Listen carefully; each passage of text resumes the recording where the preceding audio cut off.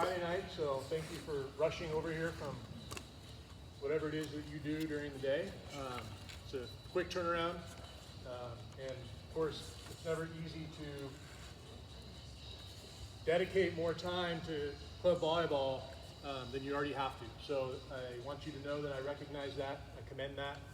It takes a lot of time to be a good coach, and for you guys to come here on a Friday night and on a weekend, this time is valuable to you, to your families, to your friends, all that type of stuff. So just know that I appreciate that. I appreciate you guys being here.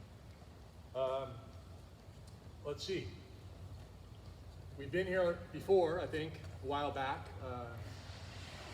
We've run a bunch of camps around here, so we've worked with some of you guys. Vacuuming back there now?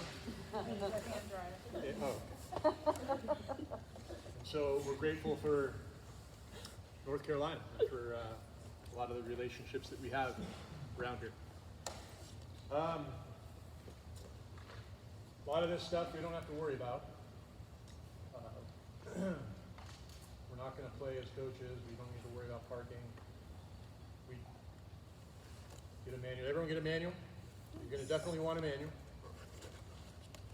And so we need to know who's been to a GMS clinic.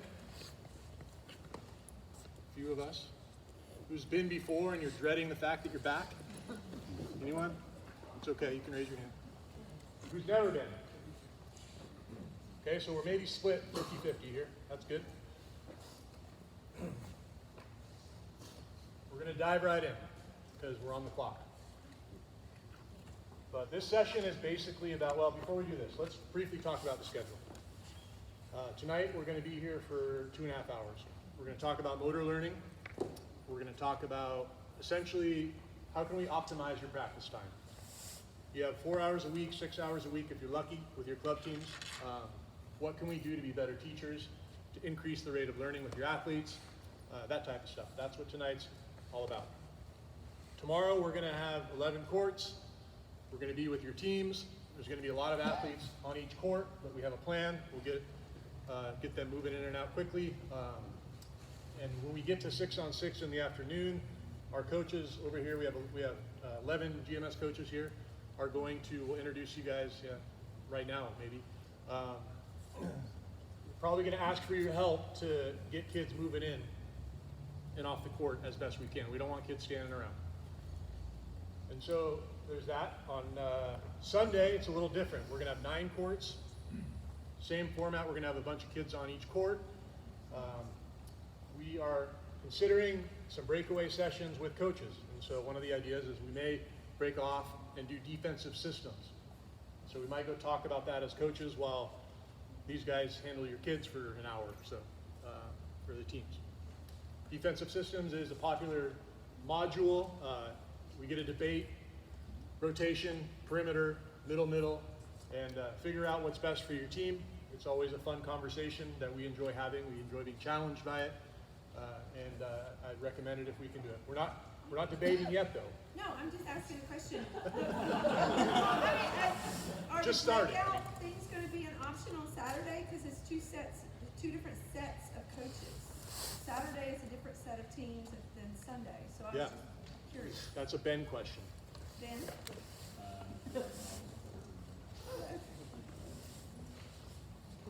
What was the answer? Yeah, he said no. Okay. All right, good. So some of you might be here one day and not the other. Is that right? Yeah. Okay. So I don't feel so sorry for you anymore. You get one of the days off.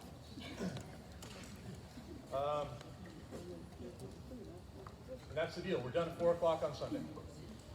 Tomorrow's 9 to 5. Sunday is 8 to 4.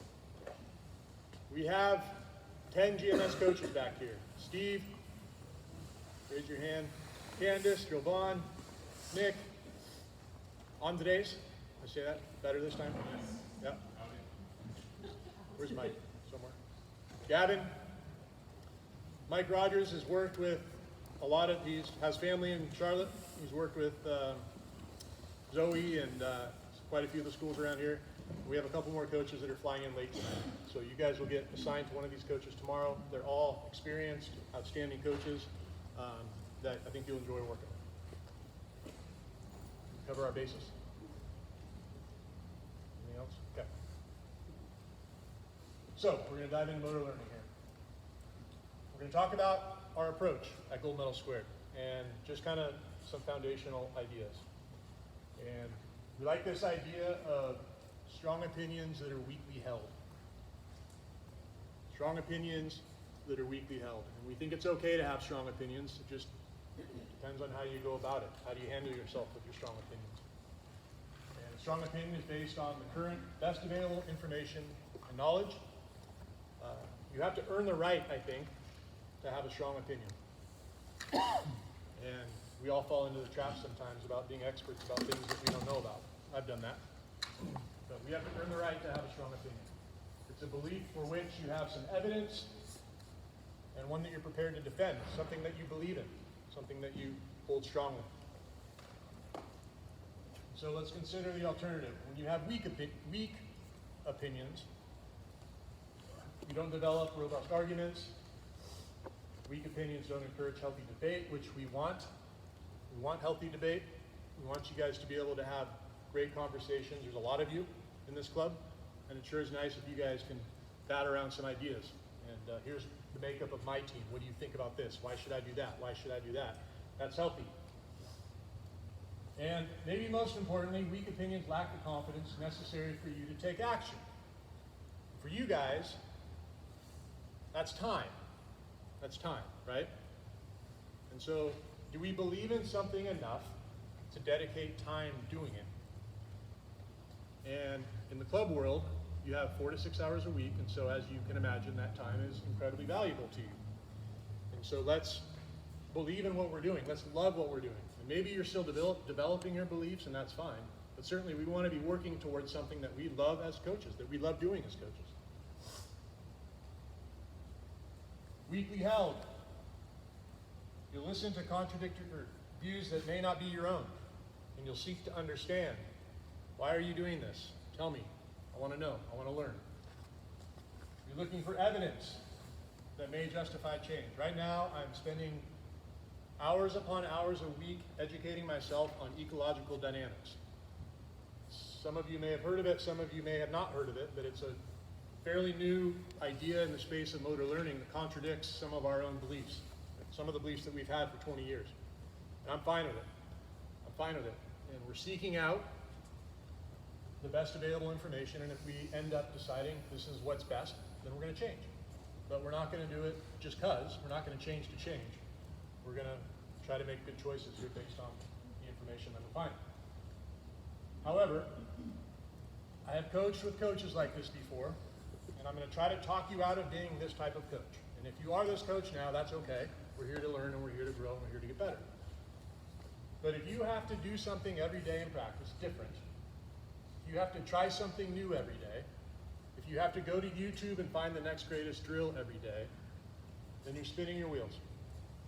And so we like to say, if you're too open-minded, your brains are going to fall out. So there's open-mindedness, and there's this, this hamster wheel that you're just spinning on, not getting anything done. So we try to find that balance, right? We want to have this strong belief, we want to love what we do, but we want to be open-minded enough to challenge our own beliefs, to progress, not fall behind. But if we're seeking novelty, then we're probably not getting as much done otherwise. Okay, I'm sorry to play this in the South here. This guy is, he's a little polarizing, I think. Some people, turns people off. Some people love him. In Alabama, of course, they love him. Maybe that's the only place they love him. Makes $30 million to have his coach sitting right there, so that's cool, I guess. But Nick Saban is going to go down as the best football coach in NCAA history and college football history, maybe ever. Okay, I think we can say that. So maybe we should listen to some of the things he says. This is a bold statement. Let's listen to it here. This particular video is a little quiet, but I think this is turned all the way up. Just kidding. Roll Tide. I assume that's what he was saying.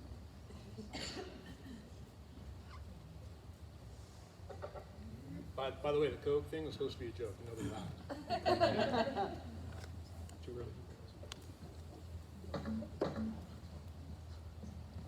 Let's see how this goes.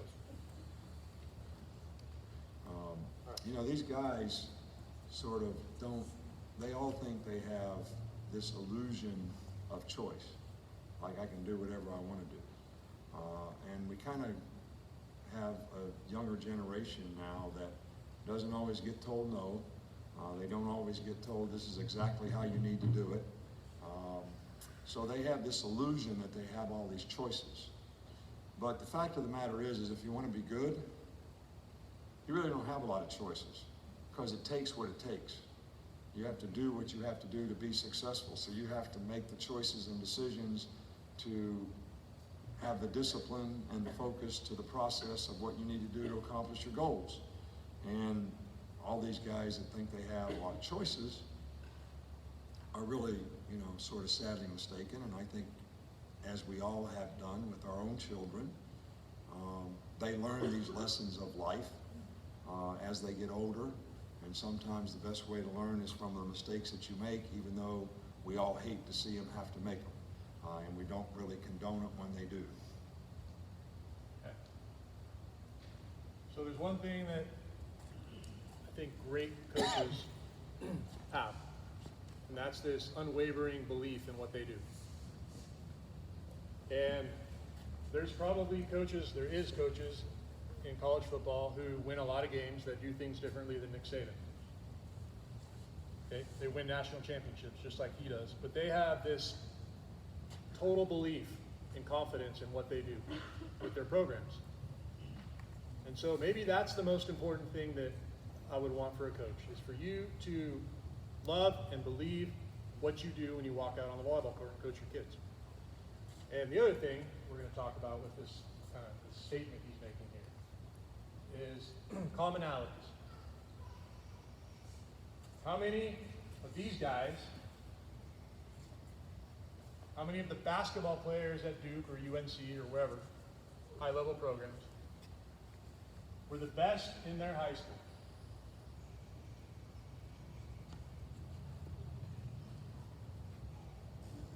All of them. All of them, right?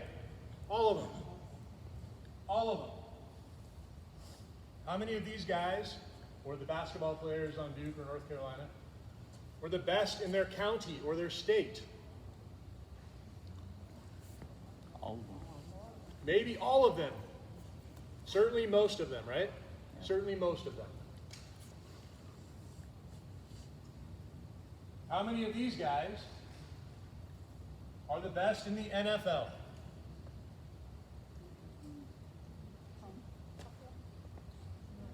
What do you think back here? Maybe none of them? A couple of them? Let's say that. Let's say a couple of them. Okay, so we're all best in high school. Most of us are best in our city or our state. And very few are the best in the NFL. So why do we care? This is Lonzo Ball. I don't know if you know who he is, but he played at UCLA once upon a time.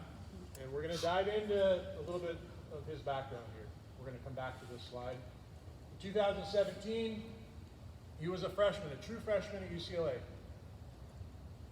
He shot 55% from the field goal, and 42% three-point, which is lights out. Okay, lights out. He got picked up by Magic Johnson and the Los Angeles Lakers, #1 in the NBA draft, after his freshman year. Okay, he's still a young guy. Rookie year in the NBA. Russell Westbrook, who we hear a lot about, at least on the West Coast. You go to ESPN, you guys, if you're curious, can go to ESPN, and you can look for shot percentage, three-point percentages in the NBA. And at the time when I put this up here, it was a year or two ago, Russell Westbrook was dead last. Okay, they didn't count anyone beyond 132. Lonzo Ball was second to last in the NBA in three-point shooting. So he went from UCLA big man on campus, #1 in the draft, to second to last in field goal percentage in 1 year. How's that possible?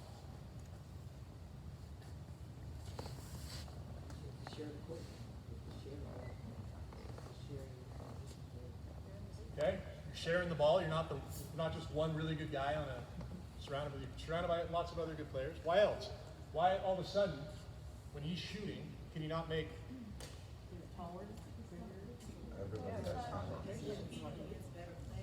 Thank you. Everyone's good, right? Everyone's good. Everyone's good. So now, let's back up. This was his shot at UCLA and when he was with the Lakers. He got traded to the Bulls. The Lakers drafted him #1. They said, "You're no good. See you later." Send him to the Bulls. He went back and he recognized, you know what? Everyone here is good.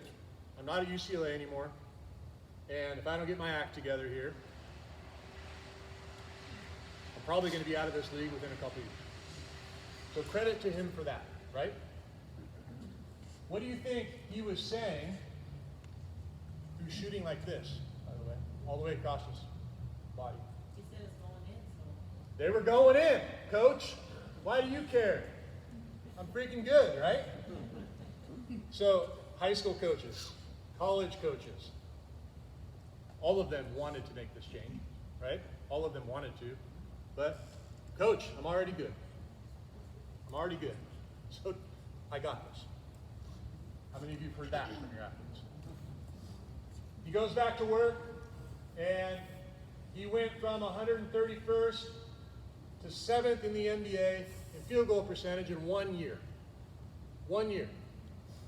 Sorry, a couple years, 2022. And he went from this to this, which is, you got a shot coach, and he's this kind of fundamental guy with the way he shoots the ball, and it paid off. He's up to 7th now, and he's back to, from the three-point land, he's actually better than he was in college. And now he's better than he was in college against people that are as good or better than him. So again, commonalities. Why do we care? You guess what we're going to talk about here? We're in SEC land, kind of. Tim Tebow. I freaking love Tim Tebow. I love watching him at Florida. Urban Meyer was coaching at the University of Utah when I was coaching the volleyball team. And so I followed him through the course of his career a little bit. And gosh, he was a competitor. He was a leader. He was a good teammate. He was, I think, the Heisman twice. I could be wrong. Once or twice, certainly. And they won 2 national championships. 2 national championships. And then what happened to Tim Tebow? He got drafted. And what did everyone say?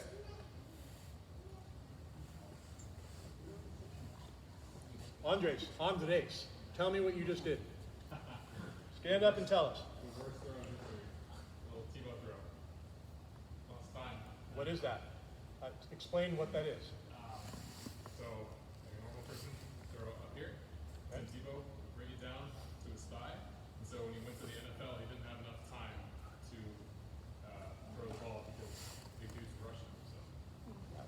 Bigger dudes than in Florida. So he got away with it in Florida. He ran more in Florida, and almost every single talking head in the media said that this guy has no chance to be good in the NFL. And I think professional scouting is deeply flawed. They screw it up all the time. But with this guy, they were right. And he went on to the NFL. He was a quarterback for a couple teams. I remember one game, I don't watch a ton of football, but I happened to watch that game when he was playing for the Broncos, when he led an overtime drive and they won the game. That might have been the only time in his entire professional career where he had that type of success. Let's listen to this guy now. I think this one's louder, so turn it down. Super Bowl 54 MVP Patrick Mahomes leads all quarterbacks in pass yards per game. Mahomes off his latest magic act with Matt Hasselbeck. at the 2. They fake the trap. Now Mahomes scrambling to his right. Gets off the hip, now lunging forward. Now fires it late, caught at the back of the end zone. Mahomes with the touchdown pass. So I talked to Andy Reid about your spin around touchdown pass, the little flick. What's the name of that play called? Well, the name, all it was the fake dive. Little Yeah, what do you call it though? What do you call it? But to me, it goes to my basketball days. And I've been working, we have a hoop in the locker room. And so I work on my little sidestep kind of basketball shot. I've been working on that. I didn't know it was going to come out in the football field. It ended up coming out and ended up being pretty cool.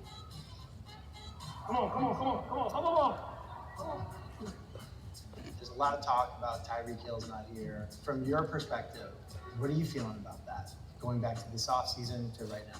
I think it's made me step up as a quarterback. It's made me get through my progressions faster. I'm the right guy. We added a lot of great playmakers that can do different things. We have speed, we got size. We got a lot of different guys that come in and can make stuff happen. And so for me as a quarterback, it's my job to find that guy in the right situation. I asked Andy this question. I said, what's the best thing that Patrick Mahomes does? What do you think he said?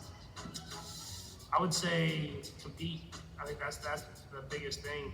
I'm always been a competitor, and obviously I can do a lot of stuff on the football field, but I think from growing up playing sports everywhere, it's, hey, how can you find a way to win?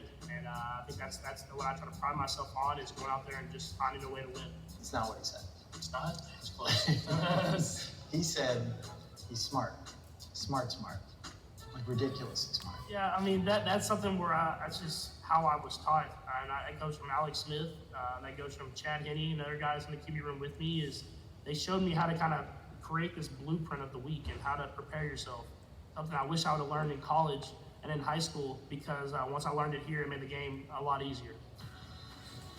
You're Patrick Mahomes. You're all-world quarterback, one of the best to ever do it. However, you're always working on stuff. What is one thing you think you still need to work on?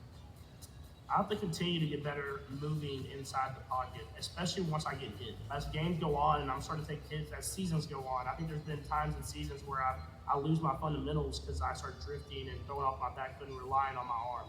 So I'm going to make sure that I get better at keeping those fundamentals going throughout an entire season, and so that I can always put our team in the best place to win. Okay, there's more of it. It's a little long. So, by the way, he was not a top draft pick.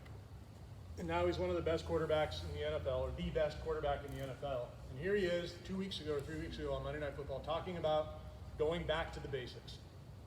Going back to the basics.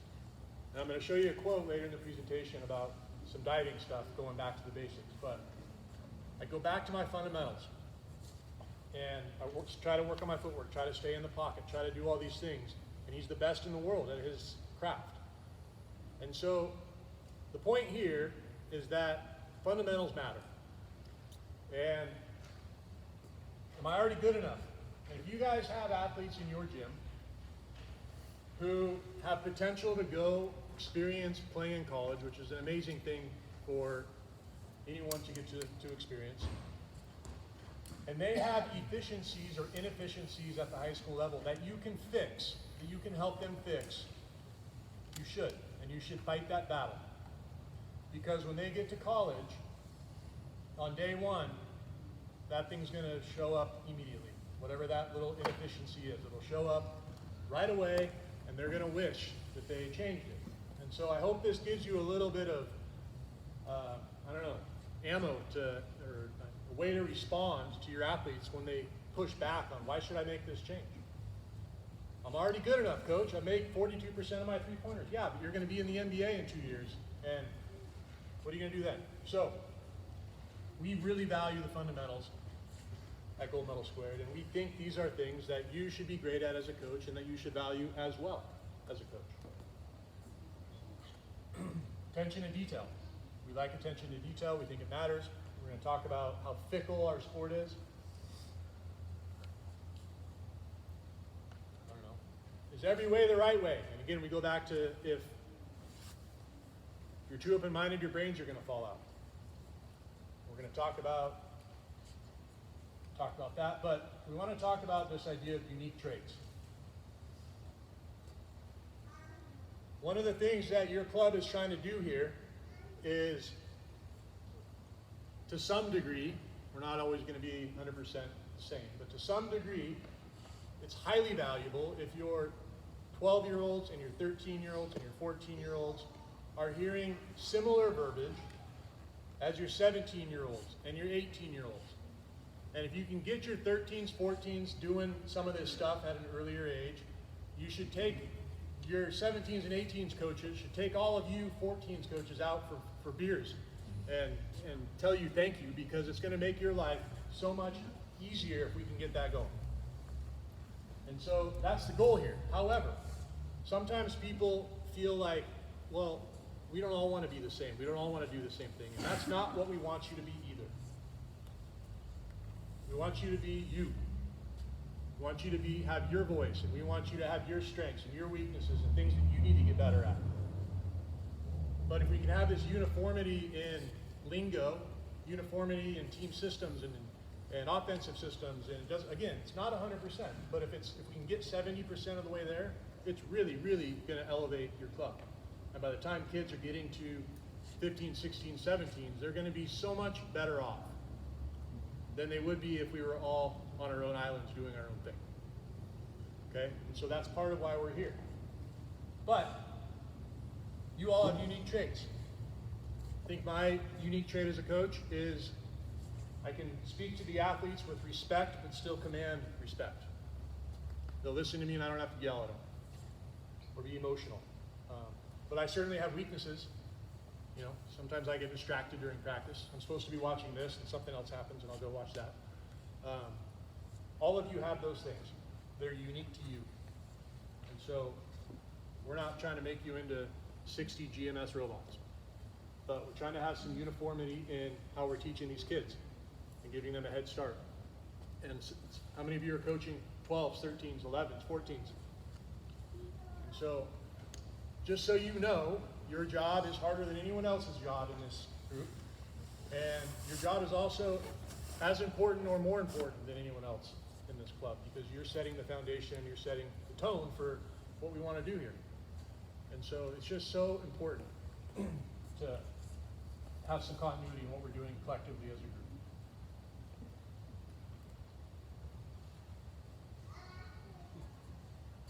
We have this saying that coaching is rocket science. Up here it says it might be rocket science. Rob Gray, who I'm talking to about ecological dynamics, he's a motor learning guru at Arizona State University, says coaching is harder than rocket science. So I guess it's hard. But the founder of our company, Carl McGowan, passed away 7 years ago, so he's no longer with us. But he was my coach in college. And we were in Provo, Utah, and he had a neighbor that he went to church with. And he said, hey, why don't you come to a match this weekend? We're playing UCLA. It's going to be a packed house. Let's come to the match. Go, okay. It turns out that Carl's neighbor was a rocket scientist. Truly. He built rockets for Thiokol, a company called Thiokol there in Utah. And so, anyhow, he went to the match, and packed house in the field house at BYU, which is just a phenomenal playing environment for volleyball. And the next Sunday, Carl's neighbor said, that was the funnest sporting event I've ever been to. And he said to Carl, your job is so much harder than my job. And so here we are, 30 years later, still telling this silly story about Carl's neighbor, because Carl thought it was the greatest thing he'd ever heard in his life. My job is harder than a rocket scientist's job. And the more we think about it, the more we agree. And so this is just a way to carry on Carl's legacy. We still like to tell this story because we believe this. We truly do.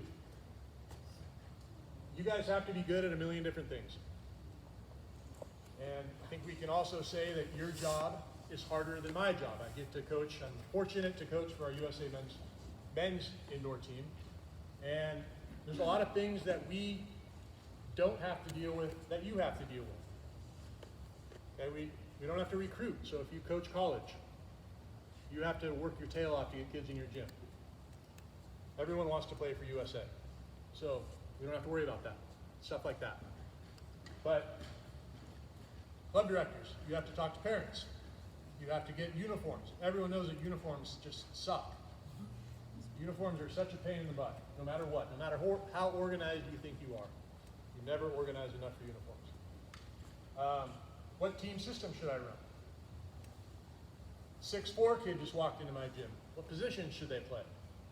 They're tall, I'm just going to put them in the middle. Is that the right decision to make? Motivation. What are you going to do in practice today? You all have probably coming from day jobs, right? Do you have time to write a good practice?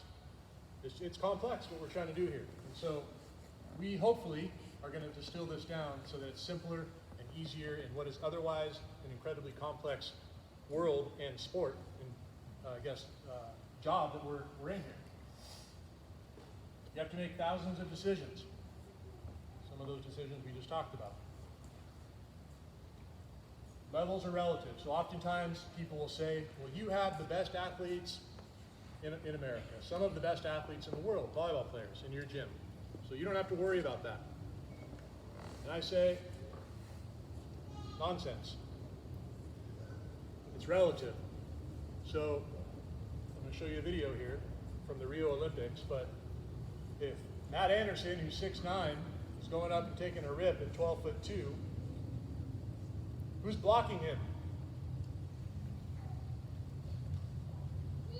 Who's blocking him on the other side of the net?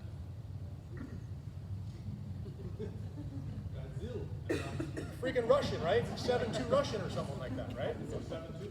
Yeah. Maybe there is one that's 7'4" from Russia. Your passing numbers at Carolina Juniors, your passing numbers are going to be the same, relatively speaking, as our women's national team, gold medal winning team. That was the best passing team in the history of our country, so maybe not quite, but very close.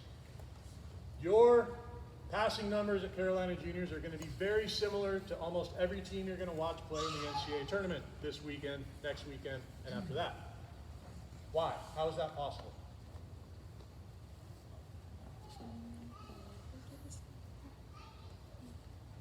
How could that be possible? It's a relative scale. Say it again. It's a relative scale. What does that mean? Tell me. So the scale's up and down. Basically, your competition now is just a relative scale to their competition they have. They're great, but they're playing great teams. You're good at your level. You're playing good teams at your level. Or you're bad at your level and you're playing bad teams at your level. Or you're 12 years old and if you can just hit the ball over the net, we're like, yeah, right? So levels are relative. And we have mechanical inefficiencies on our team, on our Olympic team, just like you have mechanical inefficiencies on your 12-year-olds team, on your 18s team, whatever. It doesn't matter. We're using the same keys. We're looking for the same stuff. We're trying to optimize, and levels are highly relative. Now, there are a few things that are different. You can hit out of the back row really well. There's definitely some differences. But generally speaking, when you look at the data, levels are relative. So let's try to simplify this down a little bit. We're going to focus on 5 things this weekend, tonight really. And that's mechanics. We talked a lot about that. How are we going to teach them? How are we going to teach them? Are we all going to be on our own court doing our own thing? Or are we going to come together as a club and unify and have some similarities in the way we speak to our athletes and teach our athletes? That's a big decision that you guys have to make as a club. Systems, tactics, players. Well, let me back up. I'll also say that all of you learn mechanics from a different coach probably, right? You played somewhere different. You came from a different state. Maybe you learned up downs when you were passing. Maybe you didn't. And so it's not like this is an easy decision, right? Just to say, hey, here's 60 coaches. Go do all this the same now. It takes work. It takes cooperation. It takes a willingness to learn.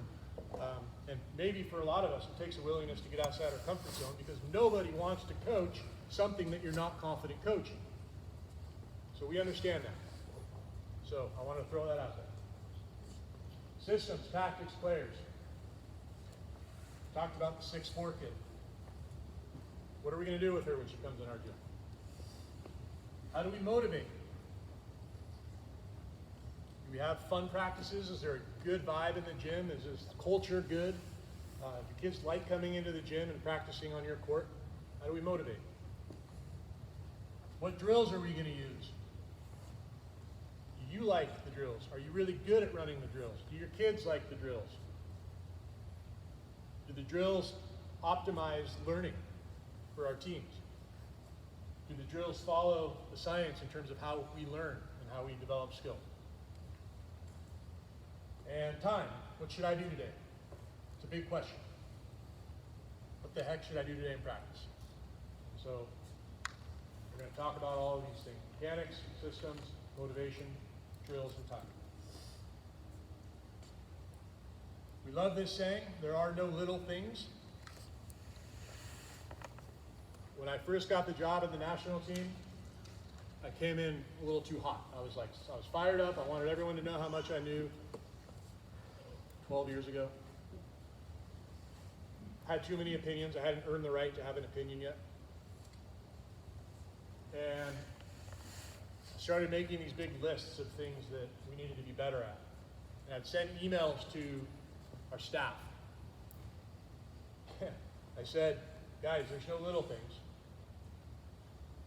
And I started to annoy everyone. And Sparrow, our head coach, sent me back an email because he got fed up. It takes a lot to get John fed up, so I must have been really annoying. And he said, Mike, there are little things. And it made me think. I was like, okay. Pick and choose your battles. Pick and choose your battles. I can get that. 12 years later, I would say, John, you're wrong. In volleyball, there are no little things. And it all matters. It just comes down to your time. How much time do you have, and what are you going to prioritize? If you had all the time in the world, you could prioritize a lot. Unfortunately, we don't. And so these little details matter a lot if you have time to handle them. How many of you have been in a volleyball set, coaching in a volleyball set, playing in a volleyball set, where the score was 20-20? Okay, all of us, I think.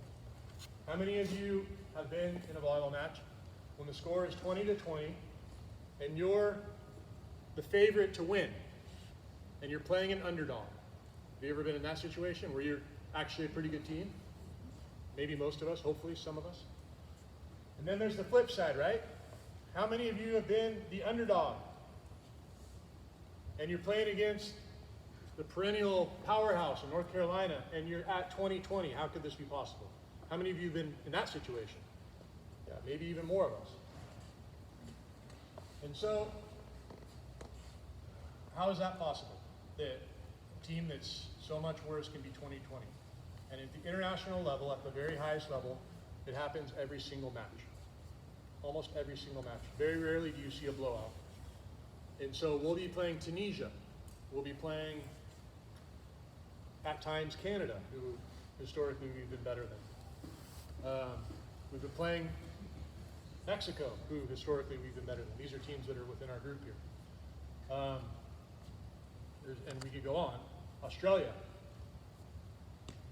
And no matter what, there's going to be moments in that match where they have an opportunity to take a set from us. No matter what. 80%, 90% of the time. And so, just think about that. You can be the underdog, and even just on a normal day, you can go get into a dogfight with a team that's better than you on a regular basis. So think about that. Every now and again, you're going to get thumped, which is fine, happens. But on a regular basis, you're going to be in this situation.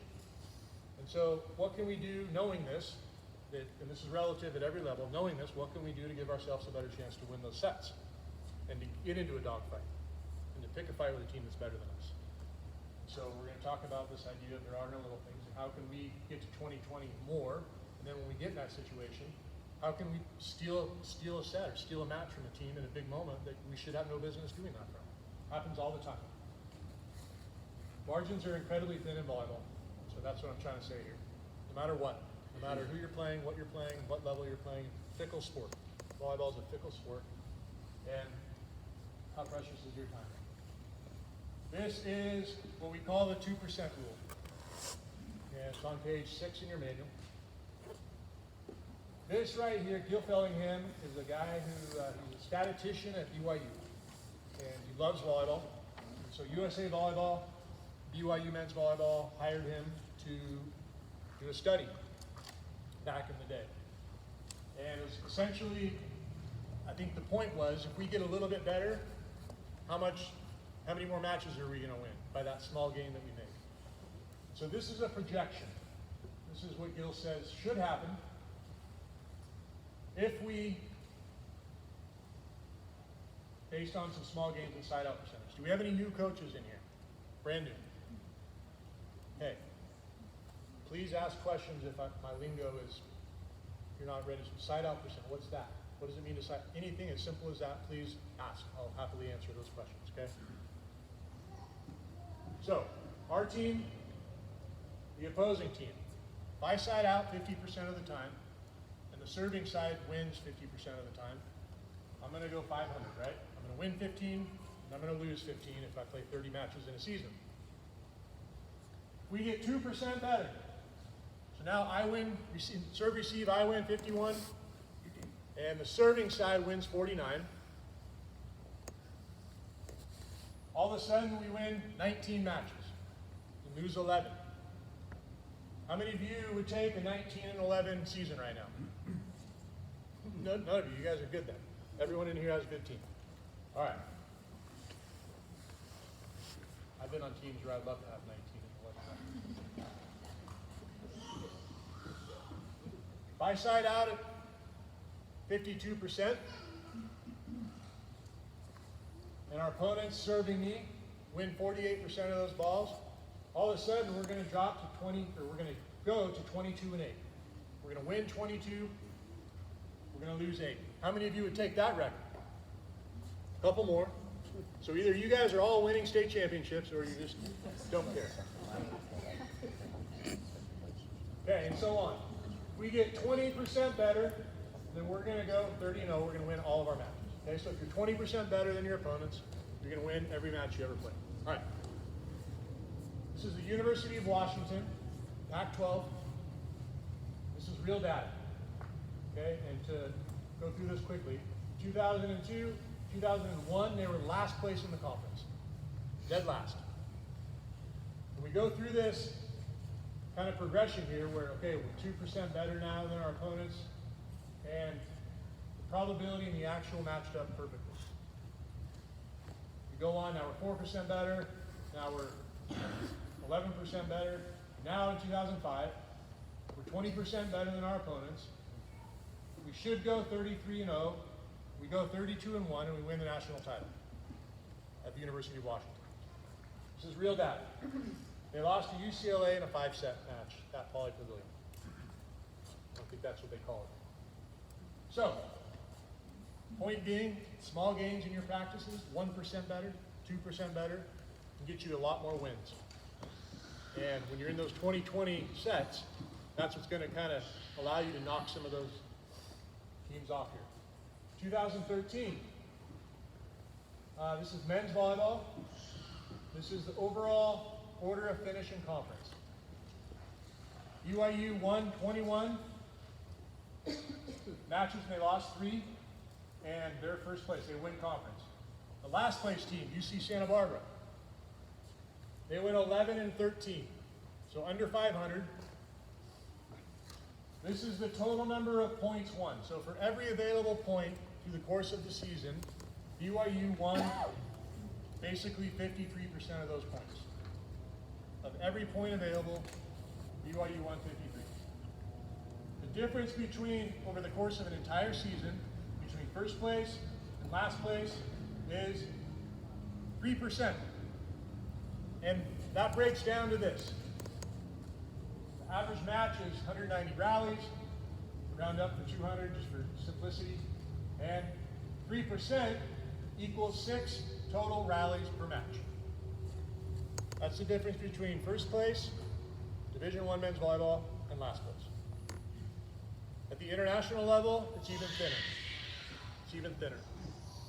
And so, these things matter. We're going to watch a video here of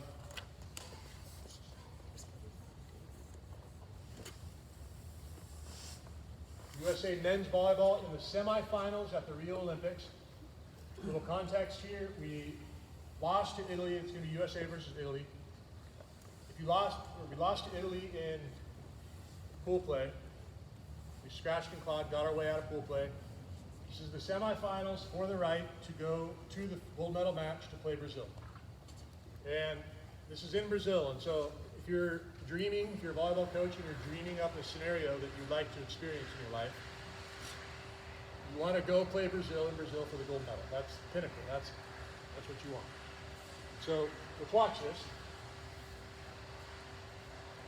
They were in this situation in the first They're up set. 2-1. Coming from behind, trailing, and they won it. Oh, yes. No, what? Okay. That's Matt Anderson. He's our opposite. Good set, right? We'll set our best player when the money's on the line. Lonza, the guy that they just showed celebrating, he's the worst blocker on Italy's team. So the saying is, even a blind squirrel finds a nut, right? And he found a nut at a big time. But he hasn't blocked a ball all summer, and he set Matt a ball in a big moment, and he gets a stop. So now, 21-22.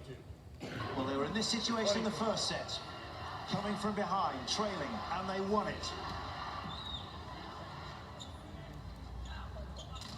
Oh, yes.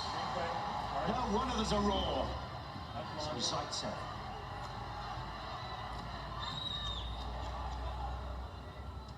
Okay, first opportunity. Lands up. Big. Set Matt again. Now America have the chance, and Anderson goes big. Now Italy say that's out, and Italy get it right. So 22 all. They clawed their way back. Oh, what a... Okay. We're gonna have to watch this again. Sorry, it should be cut up into chunks. We need to talk about this. So, this guy is obviously outstanding server. This is Eric Shoji, our libero. He's the best, I'll call him the best hard-driven jump serve passer in the world. Okay, he's the best at that. He can pass really well against really gnarly jump servers. Over here, Zaitsev, one of the best servers in the world, his tendency is right here, overwhelmingly, into area 1. We have the best hard-driven jump serve passer in his tendency against Zaitsev. So are we okay with that? Go do that again. I think we'd probably be okay with that. So, sorry, we have to watch this again. I won't stop it again. Well, they were in this situation in the first set. Coming from behind, trailing, and they won it. Oh, yes. No wonder there's a roar. So Zaitsev.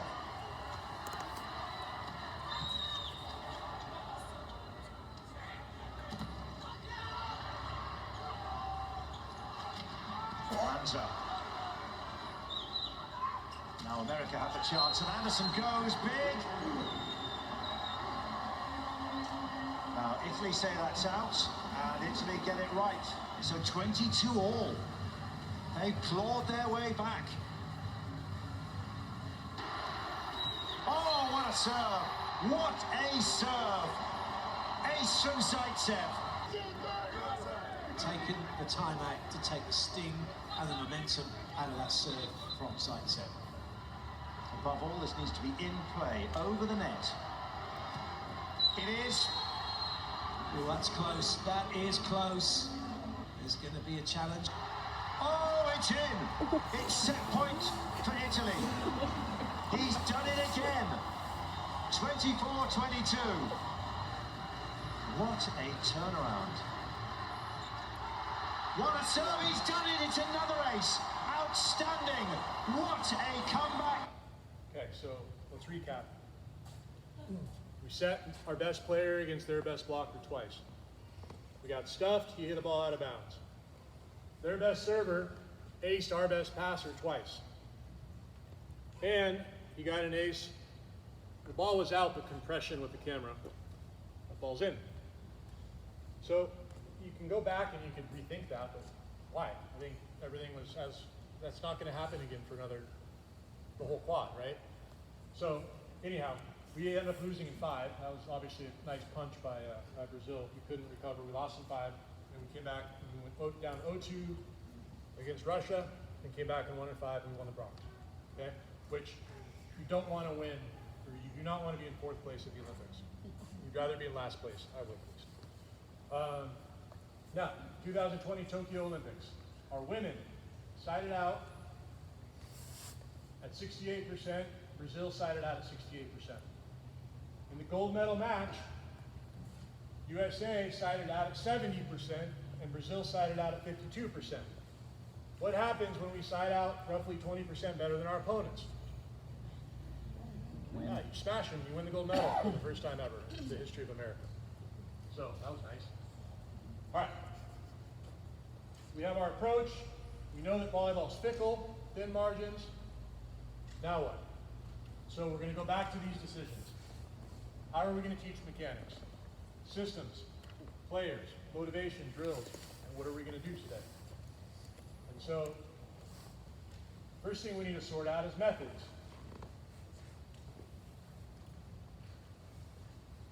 We use what methods should we use to teach skills? So, lots of methods, right? YouTube is a vast wasteland of everything, I suppose.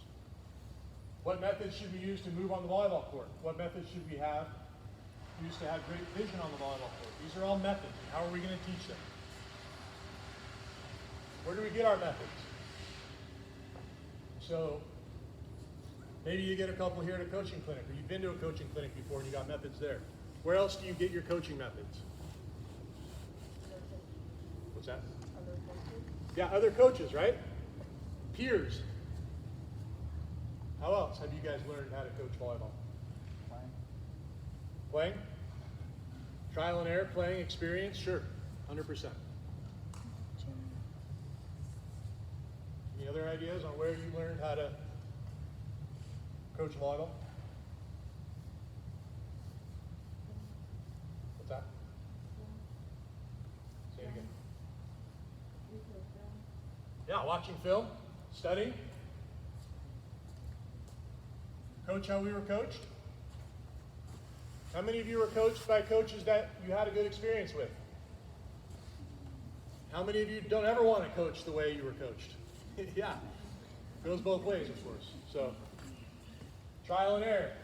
I hear this a lot. Well, my local university coach is doing it this way, so I'm going to do it this way, which, if you're learning as a coach, perfectly viable. We hope that we get to a place where your coaching decisions are more meaningful than that. You decide using principles and methods and science. We like a person who knows how will always have a job. A person who knows why will always be the boss. As to methods, there may be a million and then some. You go to YouTube, there's going to be 75 different ways to pass. Okay? Some of them are going to be good. Some of them are not going to be good. Some of them will help your team. Some of them will hurt your team. How do you decide? How do you sort through that? It's hard. It's hard. Principles are few. Okay, so as to methods, there may be a million and then some of principles are few. The person who grasps principles can successfully select their own methods. The person who tries methods, ignoring principles, is sure to have trouble. And so, if you're one of these people that wants to go get the greatest new idea and change your coaching philosophy and change your drills and change how you're teaching skills on a weekly basis, probably not getting much further down the road. We love this. Simple, clear principles give rise to complex and intelligent behavior. Okay, we don't want to live with a book of rules. Complex rules and regulations give rise to simple and stupid behavior. I think we're surrounded by that every day. Underlying laws that govern behavior or decisions. That's what principles are. They guide us, they help us. Correct principles do not ebb and flow with the latest fads. Okay? And so, this ecological dynamics concept, is it a fad? Or is it going to stick? And is the research going to tell us, yes, this is how athletes best learn? We don't know that yet. But we're certainly considering it, and we're not going to ebb and flow with the latest data. Did any of you go through the tandem passing time? Rogers, you guys know what that is? Tandem passing? Once upon a time, we hired a Toshi, a Japanese coach? Yeah. You don't get hired as the women's national team if you're not a good coach. Certainly a smart guy, good coach. And athletes loved him, by the way.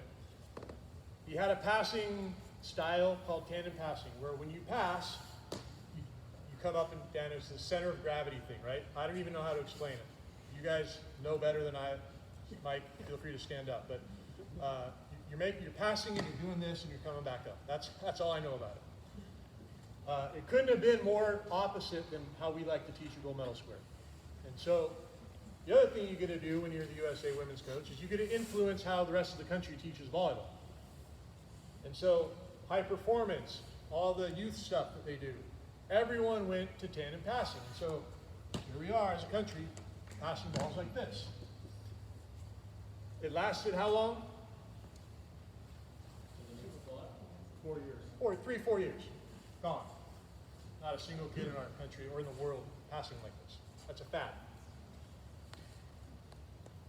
They're bigger than people and circumstances. So principles are bigger than people and circumstances. How many of you as coaches will find yourself in a circumstance? Think about all the circumstances that you can find yourself in. Right? My best athlete just got hurt. What am I going to do? You just lost 4 games in a row. I can feel there's a little bit of culture starting to creep up and bubble up. What am I going to do?